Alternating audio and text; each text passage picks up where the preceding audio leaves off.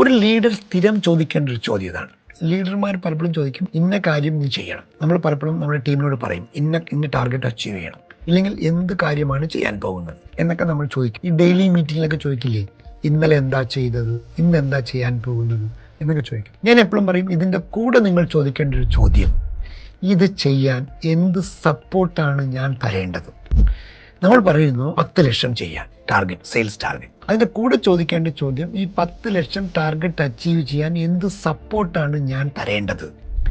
ഒരു സപ്പോർട്ട് കൊടുക്കുന്ന ഒരാളായിരിക്കണം ഒരു മികച്ച ലീഡർ എന്നതാണ്. ലീഡർമാർ അങ്ങനെയാണ്. ഒരു ചെറിയ ഉദാഹരണം ചരിത്രത്തിൽ നമുക്ക് പറയാം. APJ അബ്ദുൽ കലാം അദ്ദേഹം പറഞ്ഞ ഒരു സംഭവമാണ്.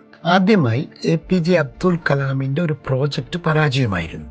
ആ റോക്കറ്റ് പരാജയമായിരുന്നു. അപ്പോൾ ആ പരാജയം കഴിഞ്ഞതിന് ശേഷം അന്ന് അതിൻ്റെ ചെയർമാനായിരുന്നത്, ISROയുടെ അന്നത്തെ ചെയർമാനായിരുന്നത് സതീഷ് ധവാൻ, മികച്ച ഇന്ത്യ കണ്ടതിൽ വെച്ച് ഏറ്റവും വലിയ സയൻറ്റിസ്റ്റ് അദ്ദേഹമായിരുന്നു.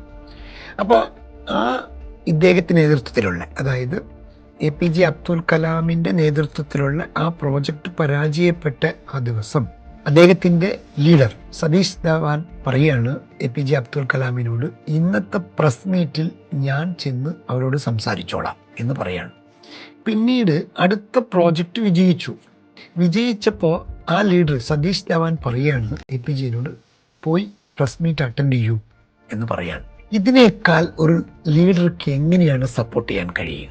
ഒരു പ്രോജക്റ്റ് പരാജയപ്പെട്ടപ്പോൾ അയാളെ കുറ്റപ്പെടുത്തുന്നതിന് പകരം, അയാളെ പത്രക്കാരുടെ മുമ്പിൽ നാണം കെടുത്തുന്നതിന് പകരം ആ ഉത്തരവാദിത്വം ആ ലീഡർ ഏറ്റെടുക്കുകയും, എന്നാൽ വിജയിച്ച സമയത്ത് അതിൻ്റെ മുഴുവൻ ക്രെഡിറ്റ് തൻ്റെ കൂടെയുള്ള ആൾക്ക് കൊടുത്ത് അയാളെ സപ്പോർട്ട് ചെയ്ത് പ്രസ് മീറ്റിൽ പോയി സംസാരിച്ചു വരൂ എന്ന് പറഞ്ഞു വിടുകയും ചെയ്യുന്നത് ഒരു ലീഡറുടെ ഏറ്റവും വലിയ ക്വാളിറ്റികളിൽ ഒന്നാണ്.